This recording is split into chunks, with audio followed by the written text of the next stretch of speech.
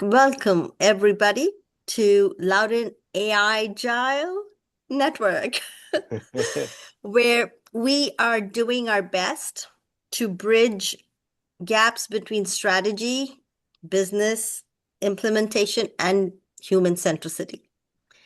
We have today Toby to do justice to this topic of making AI stick at work.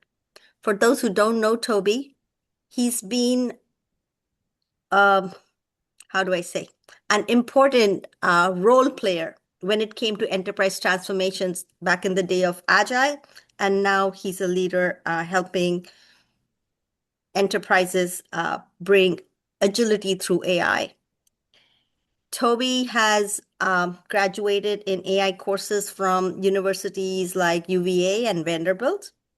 And he's actually embarked on a journey to write a book, which is, I'm guessing the published date is around spring 2026 on the AI leap. So without further ado, I will say welcome, Toby, and take it away. Thank you, Meenakshi, and thank you everybody Just for one joining us. logistical question, Toby. Will you be sharing any interaction during the presentation, and how do you want to take Q&A? So Meenakshi, I do have two Mentimeter polls that I will be running, and then I prefer to take questions towards the end. And people can put it in chat, and then the organizers can facilitate that part. And I don't mind staying longer if there are a lot of questions. I'm very passionate about this topic, and I have no problem staying a little longer if I have to. Thank you. Take it away. Yep. Thank you, Meenakshi. Hey, thank you, everybody. Thanks for joining us. As you know, everywhere you see there is AI. There's no area that has been left untouched by AI. But also, when it comes to success, we see that we hear a lot of success stories, but we don't hear a lot about the experiments or pilots that teams start, but that fade away and go away. Today, we're going to talk about how are we going to plan better, organize better, and make our organizations ready for transformations. As Meenakshi mentioned, I have over a decade of experience with agile transformation, and AI transformation really is not as whole lot of different from agile transformation. Any transformation really comes down to people, process, and technology. And what I've seen in my experience, both with AI and Agile, is that there's a lot of focus on the technology part, and the process and people part are not given adequate attention, and that's what causes some of the challenges. So I think I'm getting ahead of myself. Let's get started with the talk for today. All right, so our first slide here. So this is probably not something new. Right? How many of you have seen this? This is a common failure pattern that happens in AI transformation. And since I bring a lot of Agile experience, and this is Agile, Loudoun Agile Network, which is Agile and AI. So I'm going to talk a little about Agile and a little about AI as well.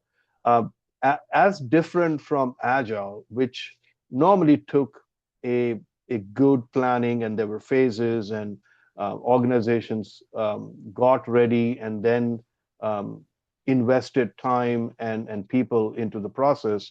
But AI is very different. It's so dynamic. It's happening so fast all around, and it's so pervasive. So what you might have noticed is that across organizations, they're very quick because they want to learn something. They start with a pilot, and the pilots work. Technically, they work. The proof of concept work. There's a lot of excitement that happens. There's a lot of buy-in that comes in from leadership. But then soon after that, they kind of fade away, right? McKinsey and BCG, they conducted a research, and they said that 70% of AI pilots fail. So The problem is not with technology. The problem is generally with the way AI was implemented and whether the people and the processes were adjusted to make way for AI. You're bringing in AI, you're bringing in new ways of working, but if you haven't changed the mindset, if you haven't changed the system, you haven't changed the data and the whole everything that makes any transformation successful, that's where the problems happen. So I'm going to share some data which I got from the source of Global AI Forum from San Francisco, and they've collected data from across the globe. And these numbers are pretty astounding. And of course, I the the goal here is not to make people scared that hey, AI is less successful or no. AI is very successful. A lot of organizations, and I'm going to show you in the next slides how much success they're getting and how much cost savings they're getting. But I think if your organization or your project is embarking on a journey of AI transformation, it's important to know what causes some of these failures, what causes some of these things that stall progress. So I'm not going to read the numbers here, but you can see that 42% in 2025. That's a huge number. Um, uh, Success rate, internal bills were 33%, and data quality. I mean, who would have thought that data quality would be a barrier? And that's about 73% is what is seen here. So all of you are here. So that tells me that you are interested to know uh, how to do AI right for your organization and what are some of the things that can help you get there. So let's explore, what's the difference from, your initial experiments, your hello worlds, right? From your pilot to production. Um, and I'm going to share with you towards the end um, um, some of the awesome success that I've had leading AI transformation in the organization where I'm working today, which is ExoStar. How we started with experiments and how uh, we had, serial failures along the way, but how we changed our course and got to success. So I'm going to talk about that as well. So I just wanted you to know that this is not theoretical. This is not pulled from Claude or Copilot. A lot of this is coming from real hands-on experience. So what I've found is during pilots, different teams have their own agenda. They have their own goals from the AI initiative, but they are working independently. And there is no kind of a central leading force that's helping them. Very little knowledge sharing happens. Very little success is shared across. So it's kind of like pockets where AI is being built.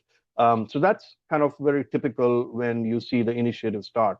Um, One challenge that I've seen is with skill gaps. There might be, like I would apply Pareto's law, right? 80-20 law.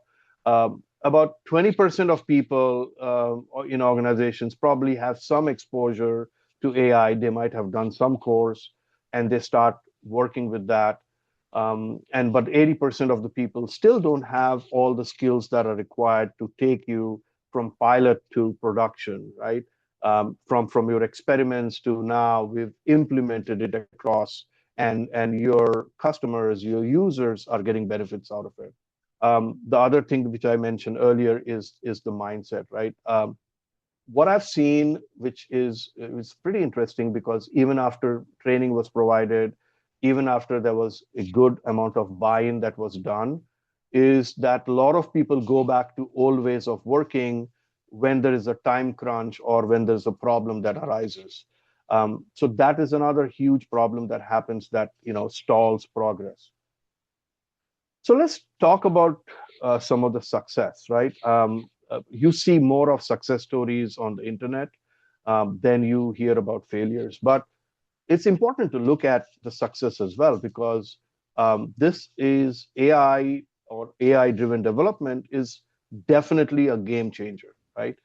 Organizations, the early adopters that have started with AI. And interesting thing is, a friend of mine was telling me that he was applying for an AI implementation director job, and he actually sent me a screenshot, and he said they were asking for 5 years of AI experience, and that's interesting, right? Because I mean, when did ChatGPT come into existence and started being used by organizations?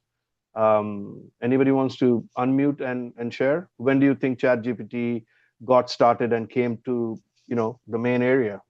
How many years back? Or you can put it in chat. 2022. Yeah, 2022.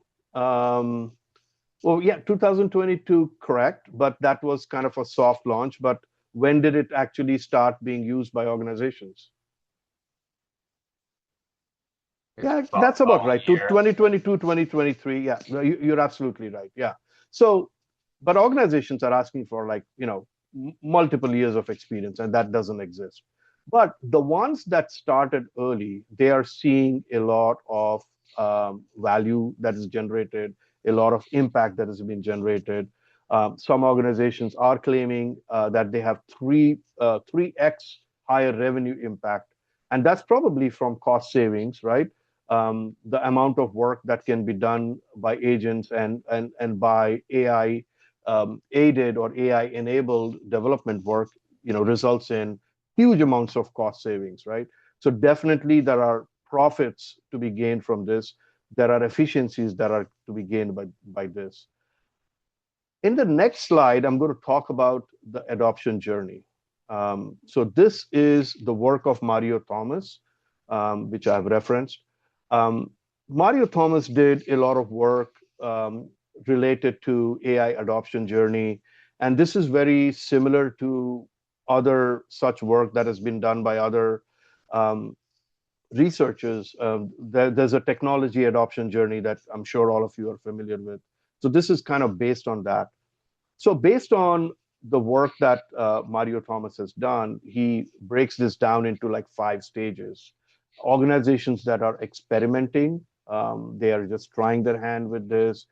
Maybe they've invested in a few tools and enterprise licenses, and they're exploring and they're seeing how AI can work and fit with their needs and their user and customer-based needs. So that's the first stage. And the next one is adopting. They've moved past experimentation, and now they're seeing higher adoption rates across the organization. So there is some stability that has been gained, and now they're moving into the next stage. And the next stage is optimizing. So they made some mistakes. They're refining their workflows. They're making sure their data, their architecture, and all of that is there to support their journey. So they've made those additional investments. In the experimenting stage, in the adopting stage, the investments are not that high, but in the optimizing, because you're making architectural changes, there could be, a good amount of expenditure and investments there. So they're doing that, and now they move to the next stage, which is transforming. This is a fundamental shift in the ways teams operate. It was just today that at work we were talking about, hey, I think we need to look at how do we point stories, because we used to point stories in a certain way, but now that we have agents doing some of the work, the smallest, which is 1 point that we use in our organization, is probably too big, right? Because some of the work can be done in just hours instead of a whole day. So what should we do to change that? And these are good problems to have, because if you have agents doing some of the work, and what is the new term now? Synthetic workers, which basically means that, hey, my team has 3 agents and 4 people, right? Four team members, and the agents are doing some of the work as well. So there is a fundamental shift in which organizations are now working. The ways of working has completely changed. So that's the transformation stage. And 5th is scaling, where it is embedded across the organization. It is not just with development folks. It's not just with the technology folks. product management is using it, HR is using it, procurement is using it, legal is using it, and they're all using it from like a central system that works for all. Um, I don't know how many of you are familiar. Claude kind of sprung up on us, right? Just in the last 2 or 3 months, huge number of people have started using Claude. And I recently learned about something called Claude skills. So basically, you create an array, a library of skills that different Claude solutions can use, and you just built it one time. And then Claude agents use that library, and it has all the information it needs to do the work. So this level of scaling is also happening in organizations across.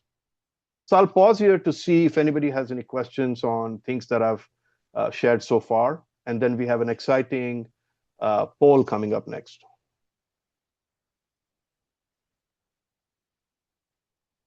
All right, so let's jump to the poll.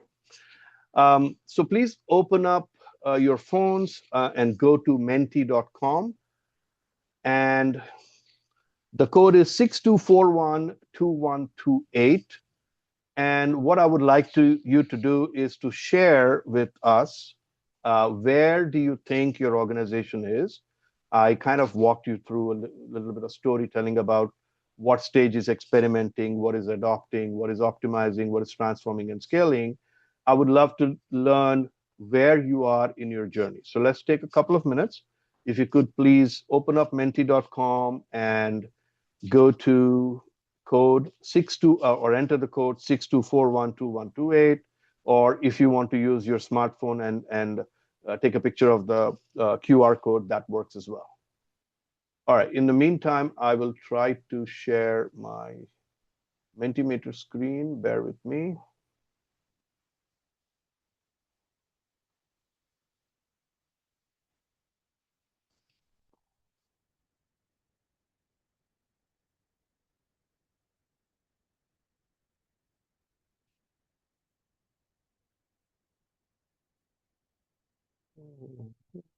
We have too many screens open, but I'll get to it.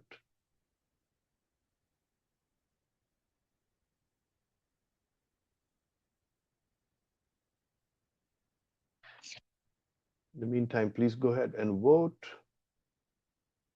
Oh, there you go. All right, so I'm going to drag this and put it here. Thank you for all of you who voted so far. So I see 6, 8, 9 people who have voted so far. Meenakshi and Anju, how many people do we have on the call?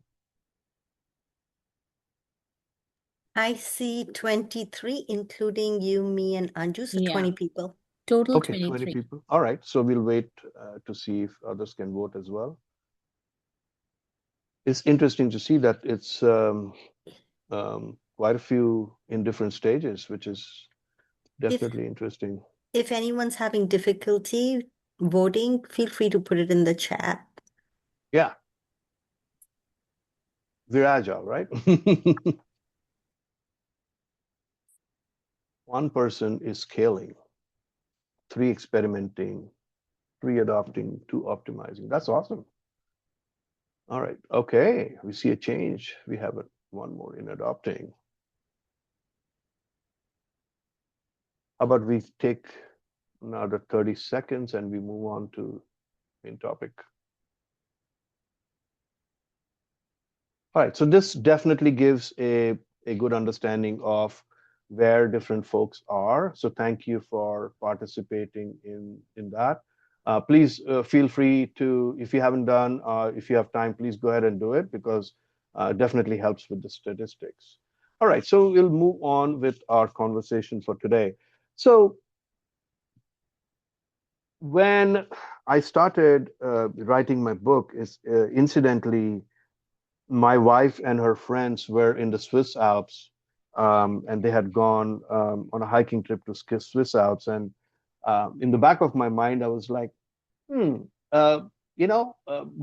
to the summit or going on a hiking trip onto the Swiss Alps, which is quite difficult. is really can be compared to a transformation journey. Um, it's definitely a personal transformation for sure, but it can be used as a metaphor for organizations that are trying to achieve results. And the result of that was what is the summit framework, which I'm going to talk about the next.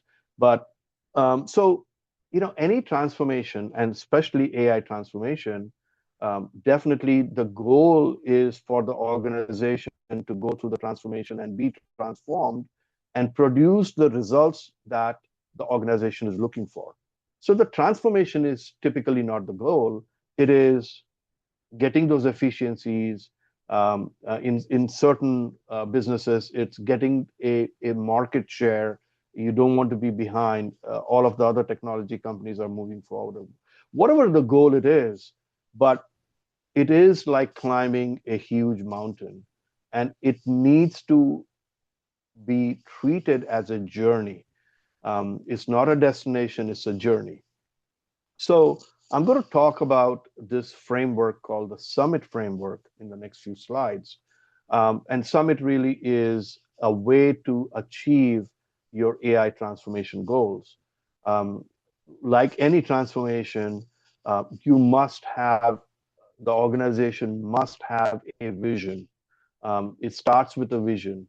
What is it that the organization is trying to achieve? What are some of the results that that they want to achieve? What does success look like, right? So that's the vision. And then comes the unblocking innovation. So organizations are extremely busy doing work. How are they going to be able to support a new ways of working? So that's the unblocking part. And I'm going to go into a little more detail in the next one. And mapping the journey, just like you're going on a hiking expedition to Kilimanjaro or to the Swiss Alps, there has to be a map. How are you going to get there? How are you going to prepare for that? And then you mentor and train. People spend months preparing for a journey such as the ones that mountaineers and hikers take. And then in this particular case, in integrating human intelligence, there is a lot of technology out there, but we've seen a lot of mistakes that technology does by itself. So how do we integrate the human intelligence part? And the last part is metrics, right? You have to measure what matters. And if you're not measuring, if you're not baselining, it's hard to understand how your journey is progressing and what are some of the things you need to do different or better. So let's hit those all of those 6 steps one by one. So sharing the vision. So um, of course, like 3 years ago, if an organization started with AI, uh, they probably didn't have a clear picture of the landscape, and especially AI. It's extremely dynamic. I mean, things 2 months ago that we had no clue about, now so many people are using. An example I would say is cursor. I mean, I didn't know of this word in this context like a month ago. Now, in so many conversations, I'm hearing the word cursor and how it's going to how it can be applied in my organization's context. Same with Claude Code. We knew that Claude has a lot of capabilities, and you've probably seen all the news about Claude Cowork and how. So the point I'm trying to make is that it's very dynamic, and whenever things are dynamic, whenever things are happening very fast, there is a high likelihood of chaos happening. So it's very important for leaders and managers to first of all, have a vision for how they're going to go about bringing about the change and the transition and the transformation in your organization. But it's also important to share that vision with the people so that people understand which direction we are going after, right? What's the 8 ball we are going after? And so I put an example here, like a vague direction if leadership gives, saying that, hey, we're implementing AI to improve efficiency. I mean, that's very generic. I mean, people are probably not going to be too excited with that. But the converse of that is something concrete and shared, what you call like a bag, which is big, hairy, audacious goal, like the one I've given that I'm not going to read it out. But something that's making a declarative statement saying that by X time frame, our organization is going to work in this particular way. And then you will see that people start, working towards that. I've given some ideas below that can help with sharing the vision. It starts with the leadership sharing with middle management, and then middle management and leaders sharing with the rest of the teams. And you have to do it multiple times so that that information sticks. And then, of course, is just sharing the vision is not important. You have to influence the people in your organization. You have to get buy-in, and then encourage people and motivate people and create those situations where people feel comfortable to innovate, and also for people to know that failure is okay. Failure is not a bad thing, right? If some things go wrong, that's perfectly fine. We'll clean up and we'll start all over again. So that vision must be shared very clearly with your team members. The next is some of the blockers that can happen in organizations. So I've broadly categorized them in three: technical, cultural, and procedural. Um, Technical, of course, is systems. For example, you have legacy systems that are working, or your data is coming from those legacy systems that cannot be consumed by the new things, or your infrastructure is not set up for that. Cultural, one thing that I hear a lot, and we hear that a lot on the news as well, that, oh, AI is going to replace your jobs. So a lot of people are resistant to that, or they're not very clear on how exactly this is going to work out. So there could be some pushback. And last but not least, like when you are bringing about any transformation, it's important to make some re-engineering of the processes as well, because you cannot just change overnight, right? Transformation is a journey, it takes time. So these are the three general areas of barriers that you as leaders, if you're trying to bring about transformation in your organization, these can definitely get in the way. But with good planning and good coordination, you can definitely overcome that. Here are some ideas, right, that can help you make progress, especially with resistance from people. Creating safe spaces. I talked a little bit about that. The fear that you might break something. Um, you know, creating a dojo, coming up with a center of excellence. Some of that can help. Some job retraining plans, especially if people have a lot of displacement anxiety, and especially that's so easy to get into because there's so much news all around. It's pervasive, right? Oh, X company laid off so many thousands of people, and some of it is definitely being attributed to AI. I personally feel that AI can help developers, can help technology people by taking away the time that they were spending on repetitive tasks and help them focus on more innovative stuff, really building the things that they want to do to wow their customers and really make their customer experience better, right? So instead of wasting time on I was about to say mundane, but repetitive work, right? So all of these can help. So you as leaders can help them, unblock from this. All right, so let's talk about mapping the journey. So it is difficult, and I was saying, right, Agile, it was done in a more planned way. The Agile transformation, it took many years for organizations to change from waterfall to Agile ways of working. But AI transformation is very dynamic. It's happening very fast, and um, there is so much information out there that can be consumed. So it's very important for organizations to have a really good plan. And as they say, right, planning is important, plans are not. Some of those plans that you made might change in just a month or 2 months from now, but doing the planning is important. So, basic things that engineering organizations do is having a good proof of concept. What does the end result look like? Start with a pilot, right? One or two groups or initiatives within your organization. You can start experiment with that, and then you can popcorn that across the organization. Um, Pilot with some users, right? This is very, very important to get user input and user buy-in. We want to make sure that our buyers and our customers are comfortable with AI being or AI-enabled solutions that are being built. There is definitely some level of trust challenges that can happen. So getting that buy-in early is going to help. And then refine and learn. This is where the agility comes in. You will make mistakes. There will be some times where things will go wrong. How do you learn from that and move forward, right? And then the deploy with support. Like once you get started with the pilot, you can get help other initiatives within the organization to also move forward in the same direction. So continuing on map the journey, right? So it's important to kind of retrospect whatever time works for your organization, uh, because these things are dynamic, because the changes and the impact can be pretty heavy. It's important to take some time and whatever works for your organization, 4 weeks, 6 weeks, and talk about as a group, right? Hey, the decisions we made, what did they result in?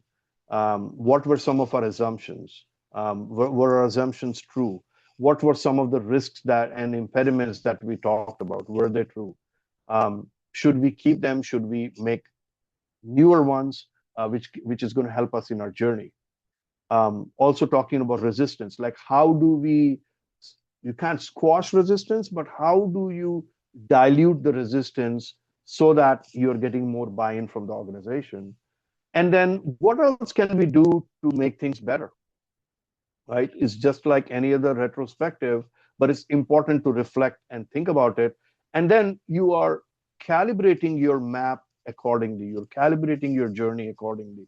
It's not set in stone. Hey, like I shared earlier, by 2027, we're going to be doing X, and our agents are going to be doing Y.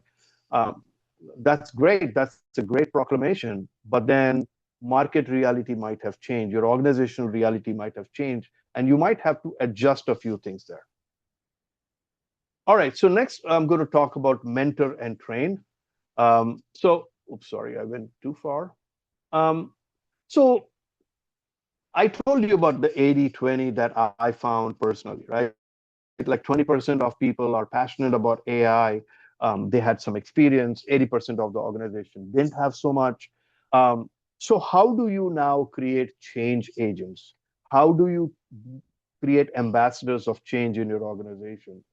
There is definitely going to be skill gaps. There is definitely going to be some level of skepticism from people who have not used AI. I recently did a survey before launching a training program, and I reached out to a sample of a small sample of 15 people out of the 75 people who are actively working with AI, and I asked them, "Hey, what are your top four fears, or what do you think are the top four reasons for AI adoption to not go as much as we had originally expected?" And some of the top things that came up was some of the failure rates, right? Like hallucination that happens, the outputs that come from AI, um, our ability to verify that. Sometimes it says things in a very confident manner, but when you look at it, there were a lot of mistakes there. The amount of time it takes to adjust your prompts to get the right things, etc. Right? And from a training perspective, they definitely wanted to learn how to have the new agents that we are building work with the legacy systems better, for it to understand the business rules better, things that were built so many years ago. So the point I'm trying to make here is that working closely with people, understanding their challenges, understanding their problems, if there is resistance, not just treat it like, oh, these people don't want to learn anything new. No, it's the other way. It's asking them what's stopping them from trying new things. What are some of the things that make them uh, believe less in AI and be more confident in their more traditional ways of working and gradually influencing the change. So this is where mentoring comes in. And what I found is picking a few ambassadors, people who are really passionate about bringing AI. Those are the people that you need to work with, who are going to be your change agents in your organization. And truly, just like we're going with the metaphor of a summit. So Sherpas who don't just tell you what to do, they actually walk the journey with you. They even carry your bags, they go with you alongside the whole journey and help you make the right moves so that you can summit. Some ideas here that work, pairing experienced people with new team members, having a weekly 1 hour or whatever work for your organization office hours. Something that we do is we have biweekly demos in which teams share some of the innovative stuff they've done and the successes they've had. An internal community of practice, or even better, if you have a center of excellence. The difference between a community of practice and a center of excellence is a community practice is like grassroots level. A center of excellence is driven by an organizational member. So definitely a lot of mentoring and camaraderie that can happen there as well. So that's mentor and train. All right, so let's talk about integrating human intelligence, right? In January, we had Jordan Ploner who spoke at LAN, and he gave an example of using a self-driven car. So a self-driven car, has it can take a lot of autonomous decisions, and it can basically drive on its own, but you still need to have a human being behind the wheel who can take corrective actions, who can guide as needed. And I think that's a good example or a good metaphor for AI transformation or agentic development or even Gen AI that's happening in organizations is, yes, we want technology to help us achieve more with less, achieve more in less time, achieve more with fewer people. But you still need human beings in the loop. And human in the loop is a common terminology that is being used across AI conversations, right, across the globe. So let's look at what is AI good at, and what are humans good at, right? AI is like the speed of computing and their ability to do complex calculations and analysis in microseconds is nothing short of amazing. So that's what AI is very good at, right? Taking disparate data, unstructured data, and getting information out of that and presenting to us in microseconds, right? That's the strength of AI.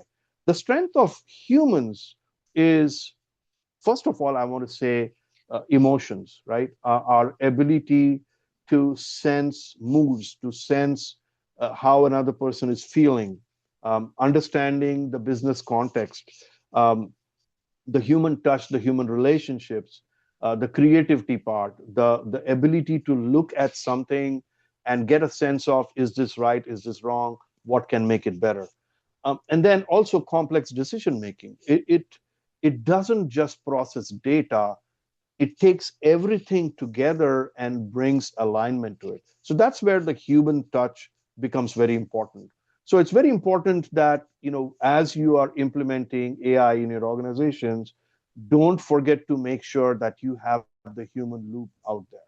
Um, and it is, I'm sure you know this, that AI can make a lot of mistakes. And in fact, if you go to ChatGPT or Claude or any of these, it'll say AI can make mistakes. Please make sure you validate and verify. Of course, it makes a lot of mistakes because it's still learning. It's still in nascent stages. So human beings play a very important role. So here are some examples, right? Like in financial analysis, AI can flag potential issues, but then humans can look at those flagged issues and make the right decisions. So AI is helping you and making you very efficient by doing all of the grunt work and getting you everything. But humans still are in a position of making the right decisions for it. So there are other examples here, like, for example, market strategy. AI analyzes market trends, but it's the humans, it's the strategists who look at the statistical data and the context of their organization. They are now able to make the changes that is required that can elevate the organization to the next level. All right, so the last one from Summit is track what matters. As I mentioned earlier, any transformation, you must have uh, good metrics to understand, what did you start with and where are you today? And where do you want to be tomorrow? And what are some of the things that you need to do to get there?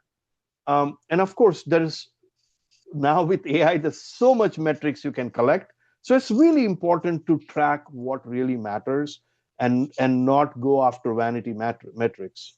Some of the things that work really well from a technology perspective is your lead time and your cycle time. From the time your work item comes into your board, um, how long does it take from then to the developers actually starting to work on that?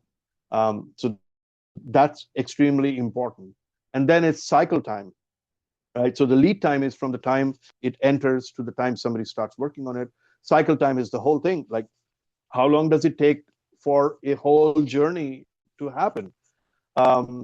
Your pull request merge time, like how long does it take in your organizations for your technical staff?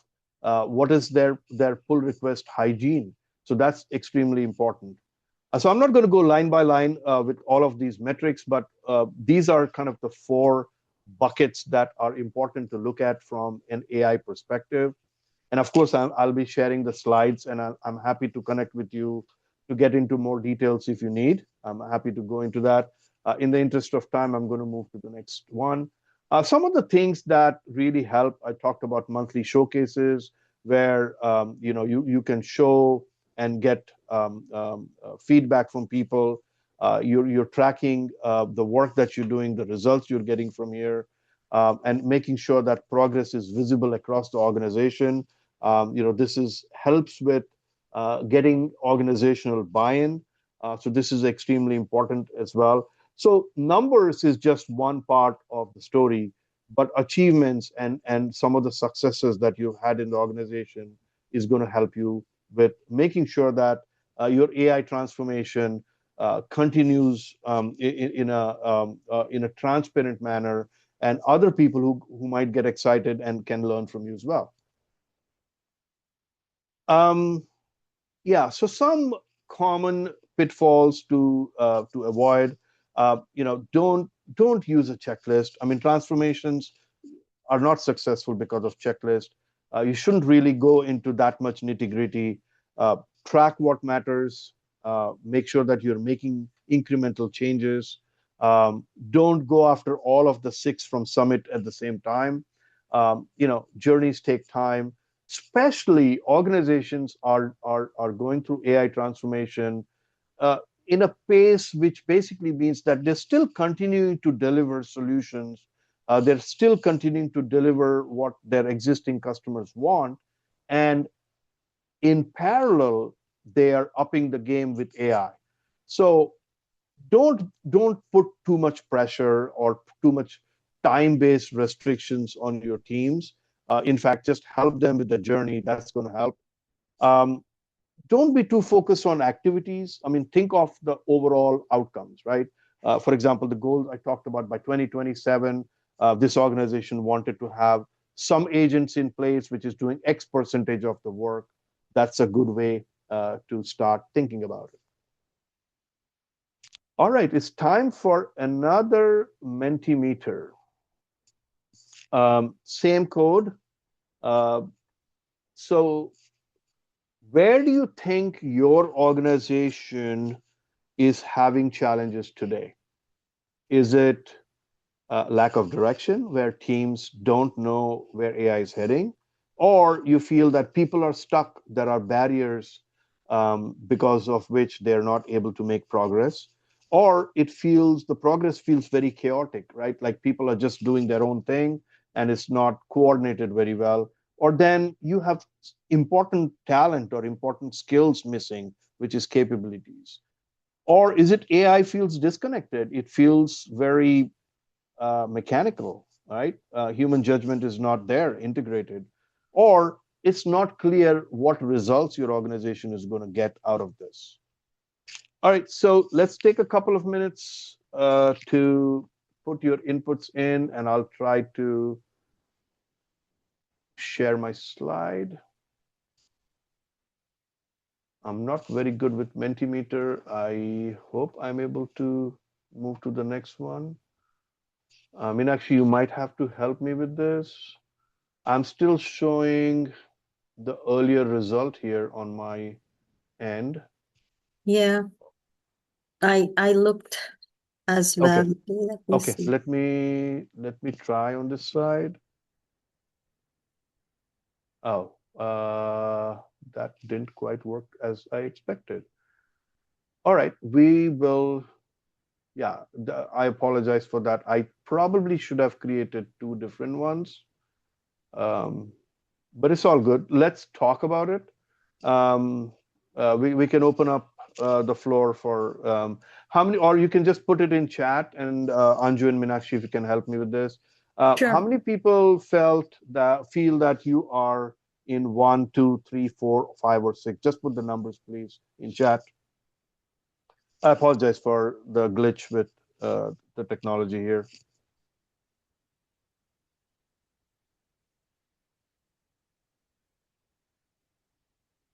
If you want to just unmute and speak, that's fine too.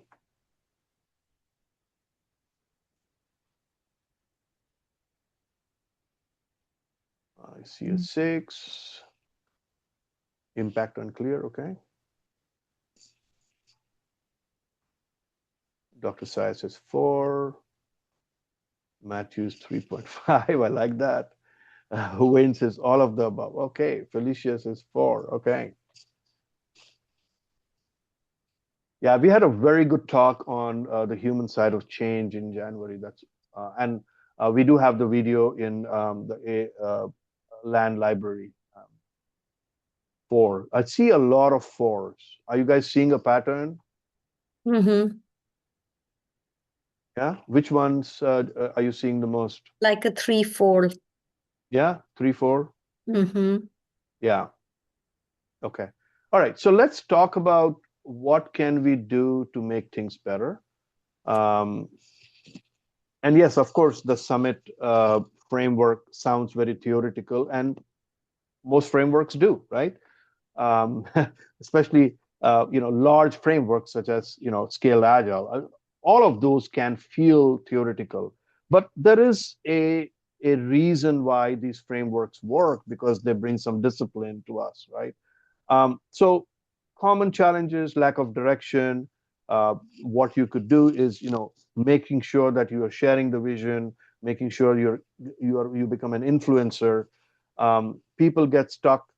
Find out what's going on. Like, why are people stuck? What can you do to unblock the team? Right? Finding those impediments and resolving them. Um, Chaotic. This happens when the transformation is not really well orchestrated, it's not very well planned. There is no blueprint that helps you to move forward with that. So not just creating a roadmap, but also sharing it with throughout the organization as to, hey, we are here this quarter, we are trying to do that. And what I personally found is, as opposed to those big lofty 3-year maps, uh, just quarterly OKRs are a lot more powerful. When you have an OKR for this quarter or for this year, and you say, hey, in 2026, here's what we're trying to achieve, people can be a lot more energized to work on those things versus like a huge lofty goal that you want to achieve 2 years from now, right? And this is where iterative way of working works, because you're taking incremental steps to get better. So now capabilities missing, mentor and train. This is definitely, as you've seen, a lot of the people who responded were in 3, 4. So the mentoring and training part becomes very important.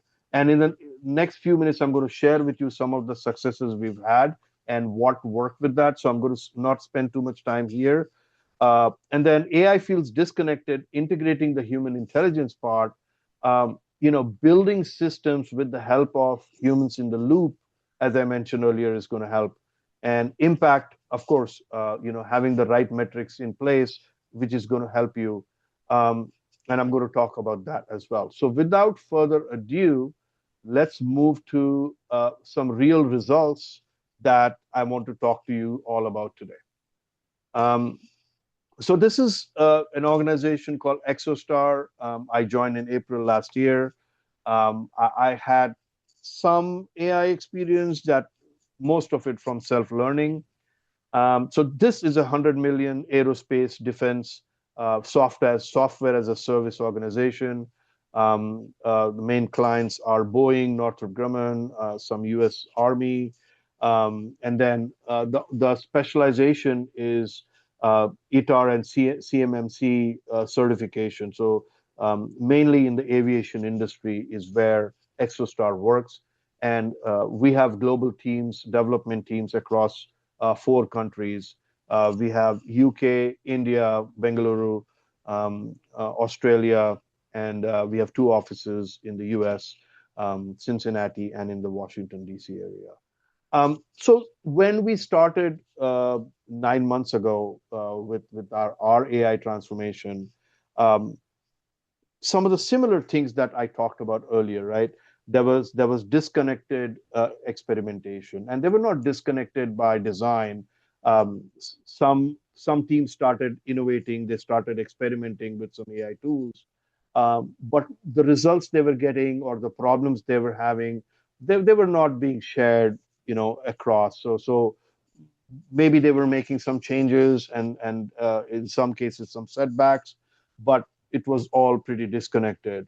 Um, because 𝐒𝐤𝐲 works in a very highly regulated environments, uh, some of some of the compliance requirements kind of blocked our progress initially, because there were very, very stringent requirements that had to be met, and you cannot take a risk with any of those. Um, the people who started initially, they had some success, but the rest of the teams, we were definitely hearing a lot of skepticism. Oh, this is not going to work. We know how this works, etc. Right?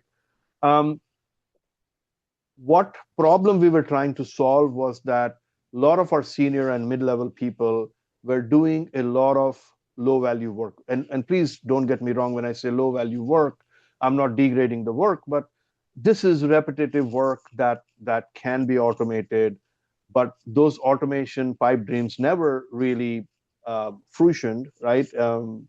But there were still challenges because we were spending so much time doing repetitive stuff. I talked about limited AI expertise and low bandwidth for innovation. Especially when things are working and your customers are happy, and you are inundated with so much workload, you really don't have time for innovation, right? And it reminds me of my favorite cartoon, where there is a cart, and the cart has square wheels, but they have real round wheels in the back of the car. But when a passerby asks them, saying, "Hey, why are you using square wheels?" and they say, "Oh, we don't have time to change," right? So that's a classic problem. You have round wheels in your cart. It just takes like maybe an hour to change them, um, but you don't, because you have milestones that are already committed, and you feel that this change may actually slow you down, although it's actually going to accelerate your ability to reach that, perhaps even ahead of time. So these are challenges that we started with. Now, I'm going to share with you at a very high level some of the interventions we did, and some of these are very simple things. I talked about AI OKRs and metrics.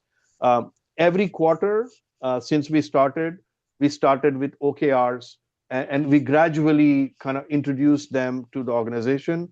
And these OKRs, for example, the initial OKRs was, hey, each team must find 2 candidates for using AI within your team. very simple. And all of the teams came up with that and they implemented it. And as we progressed, I mean, much more mature OKRs this quarter, and they will continue to become more mature. We started an AI Center of Excellence. We had 4 or 5 people here, people who are truly passionate about AI. And I'm happy to say that I lead the COE, and we carve out time every 2 weeks to talk about, and we assign or we sign up for some activities, and then we share and we collaborate together to get success. Last year we did a hackathon. There were 20 plus teams from 4 countries. All that was done in 24 hours. And we got 4 amazing um, winners, and all of those winning ideas were actually implemented within the organization. That created a lot of buy-in across the organization. We are doing AI training and enablement. Most of it is in-house training. We did get from one of the vendors, but it was too basic. So we are doing AI training, but most of it is internal. Uh, Not mentioned here, but part of the enablement is that we also created an AI dojo, and the dojo basically has all the repos and everything automated to help people move forward. Talked about team level innovation, and okay, I think we covered that. All right, so here are some real world results, which that we've achieved in the 9 months of our journey. 64% of our technology staff has adopted AI coding tools. We started with Codex, Copilot, and now we are going pretty heavy with Claude. We just started in January, and we have about 85%, 75% of our of those teams using Claude. Um, these data came up from um, a metrics company that we partnered with called software.com. They're based in the Bay Area. They pull all the information from GitHub. I highly recommend this company. They've done tremendously good work in helping us gain the right metrics. You can get in touch with me, and I can make an introduction if you need. But very good information that we're getting from them. What else? Yeah, 3x. So we definitely gained 3x deliveries per developer. That's amazing results in just 9 months or so. Our lead time and cycle times have drastically improved. People have become definitely very cautious of their pull requests, and they're making definitely a lot of progress with that as well. All right, so I think I covered most of this already, what works, what doesn't work. Generic training without context, like just sending them to some random training with certification is not going to work. Training that takes into consideration your organization's unique problems and your legacy systems, how they work. More hands-on training is what works, is what I found out. So we're not sending people for this kind of training outside certification trainings. We are helping them grow their skills as they work. So that's the key takeaway there. I know organizers is 8:01, so I'm going to wrap up in just a minute. So I definitely want to invite you to explore what are the possibilities in your organization, right? Set aside or plan for 90 days and say, hey, in 90 days, what can your organization achieve? Use the summit framework, right? Pick up one element, and that is your vision. And how do you get there? Spend the first quarter exploring, putting together the plan, and then creating the OKRs and working together collaboratively to get there. And so I talked about the human impact and the importance of human in the loop. So as you start your journey, please don't forget to make sure that your team members, your ambassadors, your team members, and your leaders, all of them are involved in your transformation. And I think that's about it. That brings us to the end. I'm sorry, I'm 2 minutes over. Meenakshi mentioned my upcoming book. Hoping to publish that in spring this year. This is Loud on Age Art Network. Every month we bring in an author, a thought leader to share presentations on AI and agile topics. I do have multiple articles which are published on LinkedIn and Medium.com as well. All right, so open it up for questions. I'll pass on to Anju and Meenakshi, and I'm Thank happy you. to stay longer if needed. Sure. Thank you, Toby, for very insightful presentation. And thanks everyone for joining our session. So let me make a quick announcement and then we can switch to our Q&A session. So make sure you sign up for our next upcoming session on March 12th, where we'll be featuring Suzette Johnson and Robin Yemen for enabling AI adoption, the people process tools technique. So make sure you reserve your spot for March 12th session. With that, we'll open the floor for questions and answers. Any questions that you have, feel free to unmute yourself and speak up.